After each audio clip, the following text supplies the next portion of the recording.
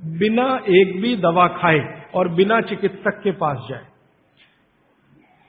अब आपके पेट में अम्ल बन रहा है, मुंह में लार बन रही है। अगर पानी आप घूट घूट पीते हैं तो ये पानी के साथ लार मिलके अंदर जाती है, और पानी एक साथ गट पीते हैं तो कम लार पानी के साथ मिलकर जाएगी।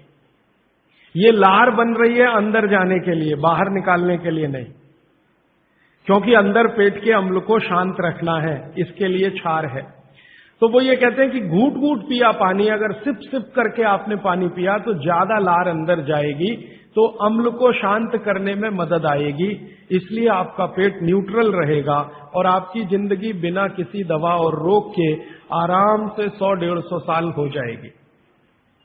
इसलिए पानी घूट घूट भर के पिए, और एक साथ गटगट पानी पिएंगे तो लार पानी के साथ मिल नहीं पाएगी, तो अंतिम रूप में जब वो पहुंचेगा पानी तो खाली पानी होगा, और वो उतना न्यूट्रलाइज नहीं कर पाएगा, पेट को उस तरह से सामान्य अवस्था में नहीं ला पाएगा। हालांकि पानी भी अम्ल को कम करता है, क्योंकि अम्ल में पानी मिलाओ तो अम्ल की ताकत कम होती जाती है, तो पानी कम तो करेगा, लेकिन लार के साथ जो पानी कम करेगा वो बिल्कुल अद्भुत होगा। भागवत जी आगे कहते हैं, बहुत ही महत्व की बात है ये सब आपके लिए। वो ये कहते हैं कि जो व्यक्ति सिप सिप करके पानी पिए, वो देखें जानवर कैसे पीते हैं। चिड़िया कैसे पानी पीती है? चिड़िया एक ड्रॉप उठाती है, आप ध्यान देना, चिड़िया एक ड्रॉप उठाएगी, फिर उसको ऐसे ऐसे मुंह में चलाएगी, फिर पिएगी, फिर दूसरी ड्रॉप उठाएगी, फिर ऐसे ऐसे चलाएगी, फिर पिएगी। ऐसे कुत्ता है, पानी को चाट चाट के पिएगा, शेर पानी को चाट चाट के पिएगा। ज्यादातर जानवर पानी को ऐसे ही पीते हैं। वो जानवर हमसे ज्यादा स्वस्थ हैं, किसी को डायबिटीज नहीं है, कोई ओवरवेट नहीं है। हाँ, किसी को डायबिटीज नहीं, कोई ओवरवेट नहीं, किसी को जॉइंट्स पेन नहीं, किसी को कुछ नहीं, क्योंकि वो पानी पीने का नियम जानते हैं। बाघ भट्ट के पक्के चेले हैं ये सब जानवर, बिना बोले और बिना कहे। तो आप भी हो जाइए।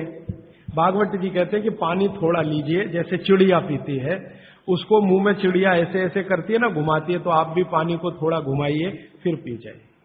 थोड़ा पानी लीजिए, मुंह में भरिए, पीजिए, फिर पानी भरिए, फिर भरिए, फिर पीजिए, ताकि इधर उधर की सब लार पानी के साथ मिलकर अंदर जाए। अब वो ये कहते हैं कि जो ऐसे पानी पी लेगा कोई रोग आने की संभावना नहीं, माने आपके सारे रोगों की एक दवा।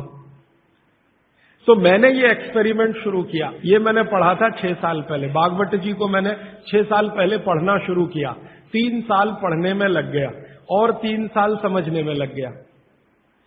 तो 6 साल पहले मैंने ये सूत्र पढ़ा था। मैंने कहा यार कुछ लोग हैं जो बीमार हैं बहुत, मैंने कहा तुम करके देख लो, भागवत कह रहे गलत तो रिजल्ट आने वाला नहीं। तो आपको सुनकर हैरानी होगी, हमारे जो दोस्त हैं, सहयोगी हैं, जिनका वजन बहुत ज्यादा था, उन्होंने पानी सिप सिप करके पीना शुरू कर दिया, और भोजन के 1.5 घंटे के बाद पानी पीना शुरू। ये 2 सूत्रों का ही परिणाम है कि सबके वजन पहले से आधे हो गए। एक तो मेरा दोस्त है जिसको मैं कभी आपके सामने खड़ा कर सकता हूं, 140 किलो का था वो, और 1.25 साल हो गया, लगभग अभी 1.5 साल है, अब 70 किलो का है, बिना कोई दवा खाए, बिना भोजन में कोई बदलाव किए, सिर्फ पानी पीने का तरीका बदला। फिर मैंने डॉक्टरों से बात की कि ये चक्कर क्या है, तो उन्होंने कहा बात सीधी सी ये है कि जो लार है ना, ये दुनिया की सबसे अच्छी औषधि है, इसकी मेडिसिनल प्रॉपर्टी सबसे ज्यादा है। आपने जानवरों को देखा होगा, उनको कभी भी कोई चोट लगे तो वो अपने लार से ही ठीक कर लेते हैं, चाट चाट के, क्योंकि उसमें मेडिसिन है। तो मनुष्य की लार में भी है। अब वो ये कहते हैं कि भारत के वो मनुष्य या स्त्रियां और पुरुष बहुत ही दुर्भाग्यशाली हैं जो इस लार को अंदर ले नहीं जा पाते। जैसे तंबाकू खाने वाले लोग थूकते ही रहते हैं, उसको थूकते ही रहते हैं, थूकते ही रहते हैं। गुटखा खाने वाले लोग, मावा खाने वाले लोग थूकते ही रहते हैं, थूकते ही रहते हैं। तो डॉक्टर लोग कहते हैं कि वो जिंदगी की सबसे महत्वपूर्ण चीज को थूक रहे हैं, जिसको बनाने के लिए भगवान ने 1 लाख ग्रंथियां आपके मुंह में दी हैं। आप जानते हैं ये लार पैदा होने में 1 लाख ग्रंथियों का काम होता है। 1 लाख ग्रंथियां हैं जो रात दिन आपके लिए लार बनाती हैं, और आप गुटखा खा खा के उसको थूकते रहते हैं, तो सड़क तो खराब करते ही हैं, अपने को उससे ज्यादा खराब करते हैं। तो मेरी हाथ जोड़कर विनती है कि आप में से कोई लार थूकने वाला हो, थूकने वाला आदमी, ये तो भागवत जी की डिक्शनरी में नहीं है। वो कहते हैं कि एक ही कंडीशन में आप कुछ थूक सकते हैं, जब कफ बहुत बढ़ा हुआ हो तभी, बस उसके अलावा दूसरी कोई कंडीशन नहीं कि आप थूकें। तो यहां तो बिना कफ बढ़े हुए तंबाकू खा खा के, गुटखा खा खा के थूक रहे, तो ये थूकना नुकसानदायक है। गुटखा तो नुकसानदायक है ही, तंबाकू तो और भी नुकसानदायक है, उससे भी ज्यादा थूकना, तो मत थूकिए। तो फिर आप कहेंगे जी पान खाएं, तो पान खाने के लिए नियम बताया, बहुत माइक्रो लेवल पे कैलकुलेशन है भागवत जी। वो कहते हैं कि पान खाओ तो कत्था मत लगाओ, बिना कत्थे का पान खाओ, थूकने की गरज ही नहीं, क्योंकि जो भी खाओगे वो चूना है, कैल्शियम है, तो अंदर जाएगा, और वो कैल्शियम क्या क्या अद्भुत काम करेगा वो कल बताने वाला हूं मैं। तो वो कहते हैं कि पान भी खाना है तो थूकना नहीं है, कत्था है तो थूकना पड़ेगा, कत्थे बिना ही पान खाओ। माने हमारे पुराने पूर्वज और बुजुर्ग जो तंबाकू का नहीं, कत्थे का नहीं, सिर्फ चूना लगा के जो पान खाते हैं, वो भागवत के चेले सब के सब शिष्य उनके। तो वो कहते हैं पान भी खाना तो थूकना नहीं है, जो मुंह में लार के साथ पान है वो अंदर ही जाए, क्योंकि पान और चूना दोनों ही मेडिसिन है, एक वातनाशक है और दूसरा पित्तनाशक है, और कफ का भी नाश करता है। पान तो पित्त और कफ दोनों का नाश करता है, और चूना वात का नाश करता है। तो वो कहते हैं कि पित्त और कफ का नाश कर दिया पान ने, चूने ने कर दिया वात का, तो वात पित्त कफ तीनों ही संतुलित है, तो पान खाके तो जिंदगी भर निरोगी रह सकते। ये है।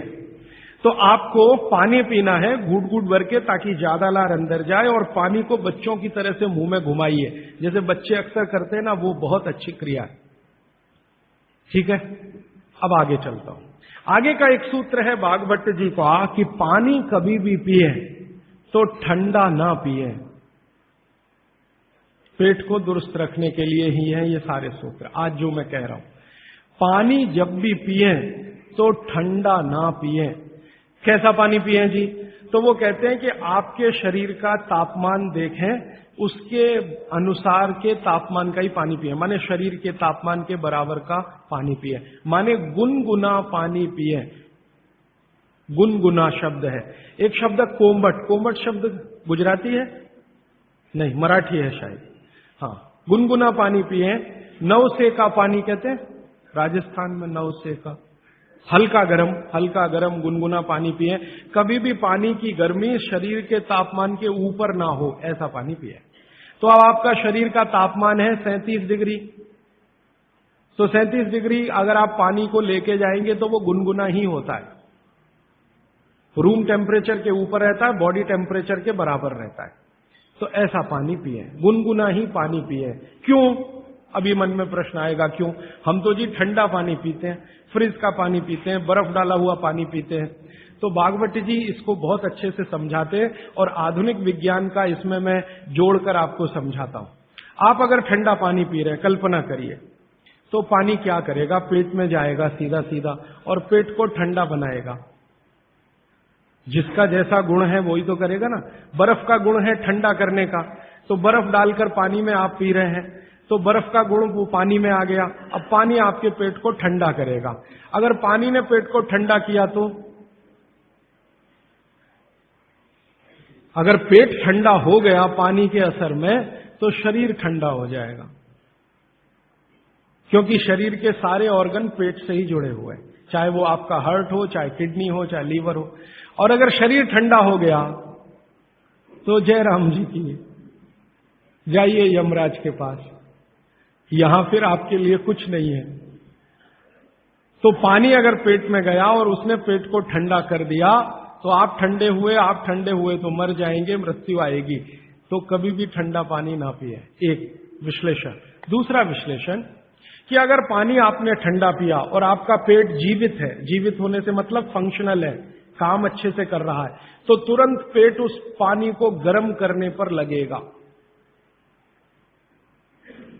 आपका जो जठर स्थान है ना, वो तुरंत उस पानी को गर्म करने पर लगेगा। तो पानी को गर्म करने के लिए उसको अतिरिक्त ऊर्जा की जरूरत पड़ेगी, और अतिरिक्त ऊर्जा उसको रक्त में से आएगी। तो शरीर के सब हिस्सों का रक्त पेट की तरफ जाएगा। थोड़ी देर के लिए शरीर के सारे हिस्सों का रक्त जो पेट की तरफ गया है, उसने बाकी हिस्सों में रक्त की कमी कर दी।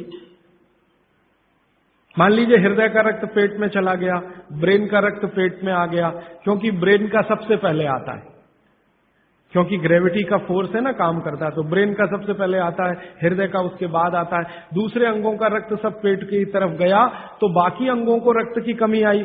और ये कमी हर समय ऐसे ही आती रहे, आप ऐसे ही ठंडा पानी पीते रहे, ऐसे ही कमी आती रहे, पीते रहे, कमी आती रहे, तो एक दिन वो अंग काम करना बंद कर देंगे, क्योंकि उनको रक्त की सप्लाई कम हुई है। और वो अंगों ने काम करना बंद किया तो ब्रेन हेमरेज हो गया, वो अंगों ने काम करना बंद किया तो पैरालिसिस हो गया, वो अंगों ने काम करना बंद किया तो हार्ट अटैक हो गया। तो ये सारी बीमारियों को क्यों बुलाते हैं ठंडा पानी पी के? माने ठंडा पानी ना पिए। बागवती जी का मैंने मेरे जीवन में भी देखा। दुनिया में कुछ ऐसे लोग हैं जो एकदम चिल्ड वाटर पीते हैं। अमेरिका में, यूरोप में ज्यादा लोग चिल्ड वाटर पीते हैं। पानी को फ्रिज में रखते हैं और वो रखा रहता है 4-5 दिन, खूब ठंडा हो जाता है, फिर ऊपर से बर्फ डालते हैं, फिर पीते हैं। इतना ठंडा पानी पीते हैं। परिणाम क्या देखा है मैंने उन लोगों को देखा जो चिल्ड वाटर पीते हैं, वो सवेरे सवेरे अगर संडास घर में गए टॉयलेट में, तो 1-1 घंटे बाहर नहीं निकलते, कभी कभी तो 2-2 घंटे नहीं निकलते, बैठे ही रहते अंदर। उनको पूछो भाई क्या कर रहे थे 2 घंटे टॉयलेट रूम में? कहते हैं जी न्यूज़पेपर पढ़ रहे थे, मैगजीन पढ़ रहे थे। क्यों पढ़ रहे थे? टॉयलेट रूम तो न्यूज़पेपर के लिए बनाया नहीं है। तो कहते हैं टॉयलेट आती ही नहीं, माने स्टूल पास होता ही नहीं, संडास होती ही नहीं, उतरती नहीं, तो क्या करें। और वो बेचारे वहां बैठे बैठे कई बार इतने परेशान हो जाते हैं कि तरह तरह की आवाजें निकालते हैं, फिर भी नहीं आती। फिर वो गाना गाते हैं, मेरे सपनों की रानी कभी आएगी, वो आती नहीं है। और कभी कभी जब बहुत ज्यादा परेशान हो जाते हैं ना, तो एक गाना गाते हैं, एक बार आजा आजा आजा, वो तब भी नहीं आती। ये है समस्या। माने मैं कहना ये चाहता हूं कि जो लोग बहुत ठंडा पानी पिएंगे, उनको एक बीमारी है, वो है कॉन्स्टिपेशन, कब्जियत, कोष्ठबद्धता, बद्ध कोष्ठ होना। कॉन्स्टिपेशन का मतलब आपकी जो इंटेस्टाइन है ना, लार्ज इंटेस्टाइन, वो एकदम ऐसी संकुचित हो गई, ऐसे रहना चाहिए उसको, वो हो गई संकुचित। ये ठंडे पानी का असर है। तो अगर आपकी लार्ज इंटेस्टाइन ऐसी हो गई, तो आपकी जिंदगी भी ऐसी ही हो जाएगी। इसलिए कभी भी ठंडा पानी ना पिए। अब परसों एक बात मैंने कही थी कि फ्रिज का रखा कुछ ना खाएं, तो ये पानी भी उसी का हिस्सा है। फ्रिज का रखा हुआ पानी ना पिए, बर्फ डाला हुआ पानी ना पिए, आइसक्रीम कभी भी ना खाएं, क्योंकि वो भी ठंडी है। और मैं आपको एक विनम्रता पूर्वक कह देता हूं, वो बात वैसे आगे आएगी। बागवती जी कहते हैं कि 2 विरुद्ध चीजें एक साथ ना खाएं कभी भी, तो गर्म भोजन और ठंडी आइसक्रीम कभी ना खाएं। अक्सर मैं शादियों में, बारातों में जाता हूं, तो वहां मैंने देखा है कि भोजन गर्मा गर्म कराएंगे, अंत में आइसक्रीम जरूर खिलाएंगे। सर्वनाश, बुला बुला के हमारा सत्यानाश करते हैं। इनविटेशन देकर बुलाएंगे, आओ हमारे यहां मेहमान बनकर, तो पहले गर्म खाना खाओ, पीछे से ठंडी आइसक्रीम खाओ, ना मरो तो जल्दी मर जाओ। ऐसा आजकल आतिथ्य इस देश में चल रहा है। पहले कहते थे अतिथि देवो भव, अभी अतिथि दुश्मन भव। तो ये जो ठंडे होने की बात है, ये यहीं पर मैंने आपको जोड़ दी है। वैसे ये कल भी आने वाली है, परसों सॉरी। तो आपके जीवन में ये नियम बहुत ध्यान से पालन करें, सूत्र पालन करें कि पानी हमेशा घूट घूट पिए, ठंडा पानी कभी न पिए, भोजन के 1.5 घंटे के बाद पानी पिए। अभी चौथा सूत्र, आज का आखिरी सूत्र। भागवत जी कहते हैं कि सुबह का जीवन आपका जब शुरू होता है, दिन का जीवन आपका शुरू होता है, माने आप जब सोकर उठते हैं तभी से आपका दिन शुरू होता है, तो दिन की शुरुआत में सबसे पहले पानी पिए। दिन की शुरुआत में सबसे पहले पानी पिए, माने सुबह उठते ही पानी पिए, ये है मतलब कहने का। दिन की शुरुआत में सबसे पहले पानी पिए, माने सुबह उठते ही पानी पिए।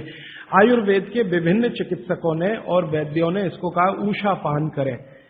उषापान माने सुबह उठते ही पानी पीना, सबसे पहले पानी पीना, दांत धोए बिना पानी पीना, मुंह धोए बिना पानी पीना, कुल्ला किए बिना पानी पीना। अगर आप सुबह उठते ही बिना मुंह धोए पानी नहीं पी सकते तो रात को कुल्ला करके सोइए, दांत साफ करके सोइए, दंत मंजन करके सोइए, दातुन करके सोइए, उठते ही पानी पीजिए। क्यों? कारण पूछिए। कारण उसका यह है कि रात भर जब आप सो रहे थे तो शरीर की सारी क्रियाएं तो शिथिल हो जाती हैं, लेकिन ये लार बनने की क्रिया ज्यादा शिथिल नहीं होती, ये चालू रहती है।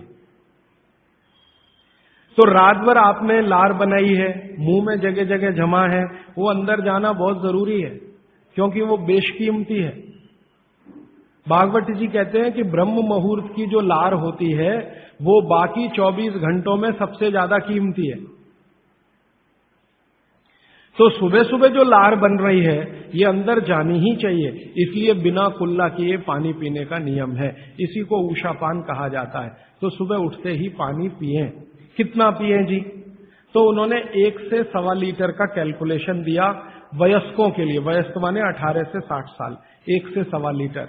और 18 से नीचे वाले जो लोग हैं उनके लिए 0.25 लीटर माने 750 ग्राम, और 60 के ऊपर वालों के लिए भी 750 ग्राम, 750 ग्राम। 750 ग्राम माने कम से कम 2 गिलास बुजुर्गों के लिए, 2 गिलास बच्चों के लिए, और 3 गिलास आपके उम्र के लोगों के लिए। कम से कम इतना पानी पिए। पीने का तरीका मैंने बता दिया, वो घूट घूट सिप सिप करके ही पीना है, मुंह में घुमा घुमा के पानी पीना है। भागवत जी ने ये जो कहा ना सुबह की लार बहुत कीमती होती है, मैंने इस पर थोड़े कुछ एक्सपेरिमेंट किए पिछले एक आध साल। बहुत सारे कुछ पेशेंट ऐसे हैं जिनको डायबिटीज है, और डायबिटीज की कंडीशन में आप जानते हैं कि कोई घाव हो जाए, घाव तो जल्दी भरता नहीं। तो मेरे पास ऐसे कुछ 8-10 पेशेंट हैं जिनको ऐसी ही कंडीशन है। डायबिटीज होने के कारण शरीर में फुंसी हो गई, फोड़ा हो गया, घाव बढ़ गया, वो भरता नहीं। मैंने उनको दवाएं बंद किया होम्योपैथी का। फिर मैंने कहा भैया, भागवत जी ने कहा कि सुबह की लार बहुत कीमती है, तुम ऐसा करो सुबह उठते ही जो लार है ना उसको लगाओ तुम्हारे घाव पे, और आप देखेंगे चमत्कार। 15 से 20 दिन में घाव भरना शुरू, 3 महीने में बिल्कुल बराबर। एक तो मेरे पास गैंग्रीन का पेशेंट है, गैंग्रीन हुआ, डॉक्टर कहता था पैर काटना ही पड़ेगा इसका, कुछ होता नहीं अभी और कोई। उसने बेचारे ने साल भर लार लगा लगा के ही अपना ठीक कर लिया। तब मेरे समझ में आया कि जानवर हमसे ज्यादा होशियार, चोट लगते ही वो चाटना शुरू कर देते। फिर मैंने एक और एक्सपेरिमेंट किया। मेरे पास कुछ छोटे बच्चे हैं जिनको चश्मे हैं आंखों पर। अब उनके माँ बाप बहुत परेशान है कि ये चश्मा कैसे उतरे, मोटे मोटे चश्मे हैं छोटे बच्चों। तो मैंने उनको भी सिखा दिया, देखो सवेरे सवेरे सोकर उठो और मुंह का थूक आंख में लगाओ काजल की तरह से। तो बच्चों ने चालू कर दिया। बच्चे बहुत भोले होते हैं, सीधे होते हैं, कोई भी बात अगर समझ में आए तो करते। अब आपको हैरानी होगी कि चश्मे उतर गए सिर्फ ये लार लगाने। आप भी करके देख लीजिए जिनको भी चश्मे। बस अंतर इतना है कि बच्चों को जल्दी उतरे, आपको थोड़ा देर में उतरेंगे लेकिन उतर जाएंगे। उम्र ज्यादा बढ़ेगी तो थोड़ा दिन करना पड़ेगा, कम उम्र में बहुत जल्दी उतर जाए। आंखों की रोशनी बढ़ानी है तो मुंह की लार सुबह सुबह की आंखों में लगाइए काजल की तरह से। और एक बताता हूं, एक बीमारी आती है जिसको हम कहते हैं कंजक्टिवाइटिस, आंखों की बीमारी है। अक्सर उसमें आंखें लाल हो जाती हैं, आंखों में बहुत जलन होती है, जैसे खून उतर आया हो आंखों में, वो कंडीशन हो जाती है। कोई भी आयुर्वेद की दवा आप खाएंगे 3 से 4 दिन में ही बीमारी ठीक होती है। लेकिन अब की बार अगर ये बीमारी आए तो आप ये करना, सुबह सुबह उठते ही मुंह की लार लगाना, 24 घंटे के बाद आपको पता ही नहीं चलेगा बीमारी कहां गई। 24 घंटे में ही ठीक होता है कंजक्टिवाइटिस।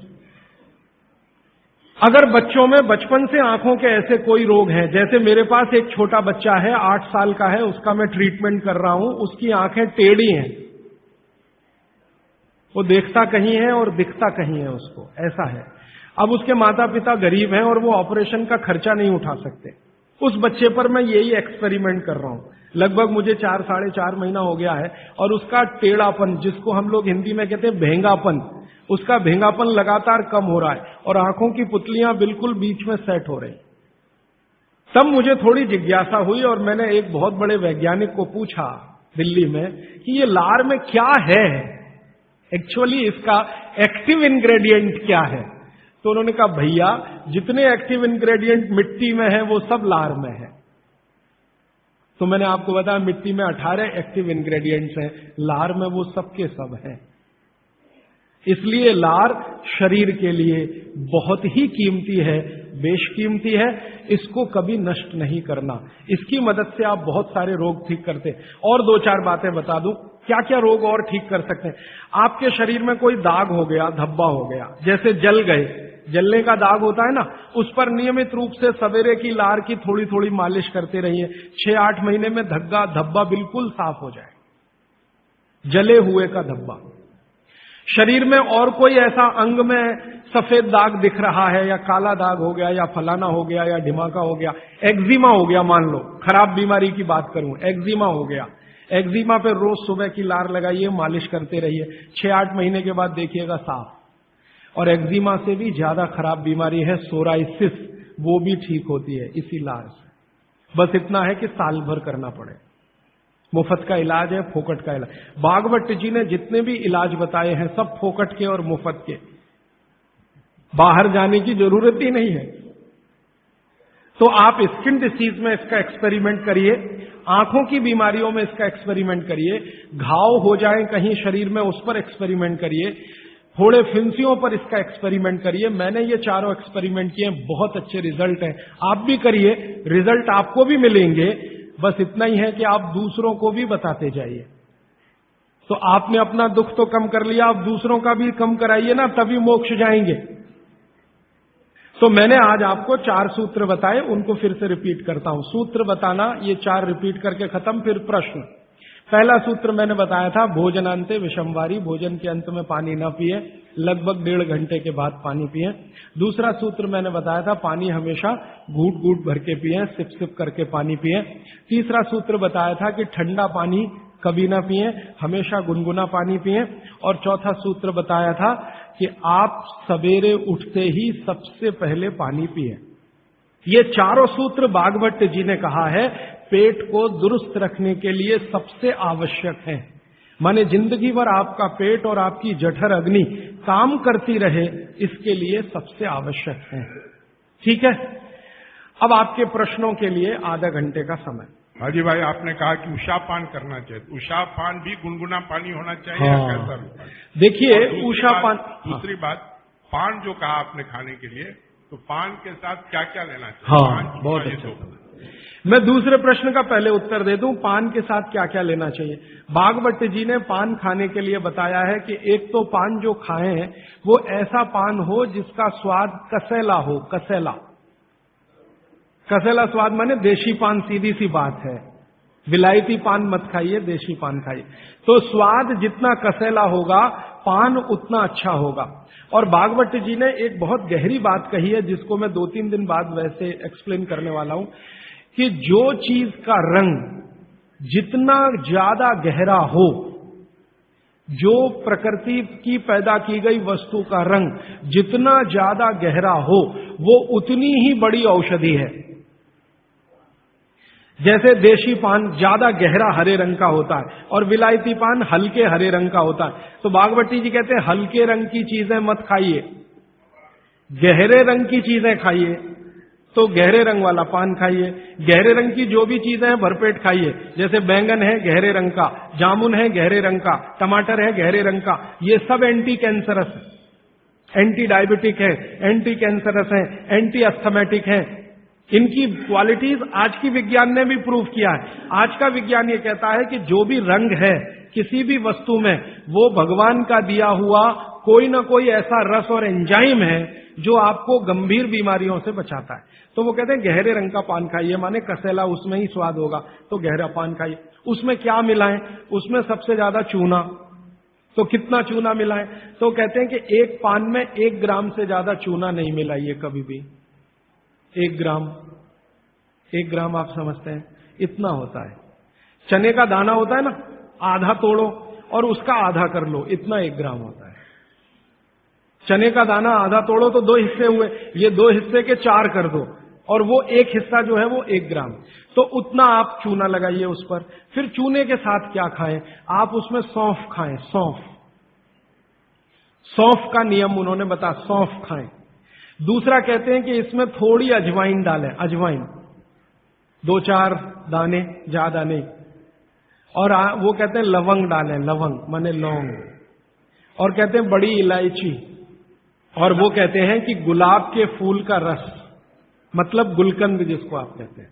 ये चीजें उन्होंने बोली हैं पान में नियमित रूप से खाने के लिए। अब इसमें उन्होंने जो बोली नहीं है वो बात ध्यान रखिए, सुपारी कहीं नहीं कहा, कत्था कहीं नहीं कहा, तो मैंने सुपारी और कत्था छोड़कर ही पान खाएं, ठीक है। तो पान में क्या खाएं। दूसरा इन्होंने जो आपने पूछा कि सुबह का जो ऊषा पान का पानी है वो भी गुनगुना होना चाहिए, बागभट्टी जी कहते हैं जरूर गुनगुना होना चाहिए, जरूर गुनगुना। वो एक ही कंडीशन में कहते हैं कि अगर आप तांबे के बर्तन का रखा हुआ पानी सुबह पी रहे हैं तो उसको गुनगुना करने की जरूरत नहीं है, बाकी सभी पानी को गुनगुना करके ही पीना चाहिए। क्यों? ये जो तांबे के बर्तन में रखा हुआ पानी है उसमें वही क्वालिटी है जो गुनगुने पानी में है, इसलिए ताम्र पात्र के पानी को सुबह गर्म करने की जरूरत नहीं, रात में आपने भर के रखा, सुबह उठकर पी लिया। बाकी कोई भी पानी स्टील के बर्तन वाला है तो गुनगुना करिए, आप मिट्टी के घड़े का पानी है तो गुनगुना करिए। और आपके पास क्या होता है पानी भरने के लिए, और तीसरा कोई, एल्यूमिनियम में तो पानी कभी मत रखिए, प्लास्टिक में पानी कभी मत रखिए, स्टील वेसल्स में है तो गुनगुना करके ही पीजिए। स्टील वेसल माने स्टेनलेस स्टील के वेसल में पानी है तो गुनगुना ही पीजिए, मिट्टी के बर्तन का पानी है तो गुनगुना ही पीजिए। ताम्र पात्र एक उन्होंने कहा कि जिसके पानी को गर्म करने की जरूरत नहीं, सीधे पी सकते हैं। आप बोलेंगे जी क्या रोज दिन भर ताम्र पात्र का पानी पी सकते हैं? तो जरूर पी सकते हैं, 3 महीने, इसके आगे नहीं। ये आप जरा सोचिए ध्यान से। वो ये कहते हैं 3 महीने आप पी सकते हैं लगातार ताम्र पात्र का पानी, फिर बीच में 15-20 दिन का ब्रेक दे दीजिए, फिर 3 महीने पी सकते हैं, फिर 15-20 दिन का ब्रेक दे दीजिए, फिर 3 महीने पी सकते हैं। ये ब्रेक दे देकर पी सकते हैं। लगातार पिएंगे तो तांबे की अधिकता से होने वाली जो बीमारियां हैं वो हो जाएंगी। हाँ, सुबह तो लगातार पी सकते हैं, सुबह की तो कोई बात नहीं, ये पूरे दिन की बात हो रही है। कोई लोग ऐसे हैं कि पूरे दिन ही तांबे के बर्तन का पानी पीते हैं, तो बागभट्टी जी ये कहते हैं कि 3 महीने लगातार पीजिए पूरे दिन, फिर उसके बाद 15-20 दिन ब्रेक दे दीजिए, 15-20 दिन को दूसरा पानी पी, फिर आप वापस 3 महीने कर सकते हैं, फिर ब्रेक दे दीजिए, फिर तो 24 घंटे वाले जो लोग हैं ताम्र पात्र का पानी पीने वाले, उनके लिए ये नियम है। सुबह का तो ताम्र पात्र का ही सबसे अच्छा है जी। भोजन के बाद जो रस और मठा पीने के बताए थे आप, तो क्या ये आम्रशाही को शांति करेगी? हाँ, बहुत अच्छा सवाल है, बहुत अच्छा सवाल। देखिए, इस सवाल को मैं और थोड़ा विकसित करूं, मैं इंतजार कर रहा था कोई पूछे तो मैं बताऊं। ये सवाल कुछ इस तरह का है कि मट्ठा है ना, उसमें पानी ही है, आप जानते हैं, शायद उसमें 90% तक पानी है, दही तो सिर्फ 10% होता है, और जूस पी रहे हैं उसमें भी पानी ही है, और दूध पी रहे हैं उसमें भी पानी है। अब बागभट्टी जी एक तरफ तो कह रहे हैं कि खाने के बाद पानी मत पियो, और दूसरी तरफ कह रहे हैं मट्ठा जरूर पियो, दूध जरूर पियो, और फल का रस पियो, तो उसमें तो पानी ही है। तो क्या वो पानी जठर अग्नि को शांत नहीं करेगा? प्रश्न ये है। ये पूरा नहीं पूछ पाए, मैंने पूरा कर दिया। तो क्या वो पानी जठर अग्नि को शांत नहीं करेगा? इसका बहुत ही सुंदर एक्सप्लेनेशन बागभट्टी जी करते हैं। वो ये कहते हैं कि पानी का जो गुण है वो अपना कुछ नहीं, ये बात ध्यान से समझिए, पानी का जो गुण है वो अपना कुछ नहीं है, पानी को जिस पात्र में रखा है या जिसमें मिलाया है उसी का गुण वो धारण करता है। आपने एक पुराना गाना सुना है, पानी रे पानी तेरा रंग कैसा, फिर आगे है जिसमें मिला दो उस जैसा। तो पानी का रंग, गुण और धर्म तीनों ही वही होते हैं, वो जहां मिल गया। तो आपने पानी को मिलाया दही में, तो अब वो पानी का गुण नहीं है, अब वो दही का गुण धारण करेगा।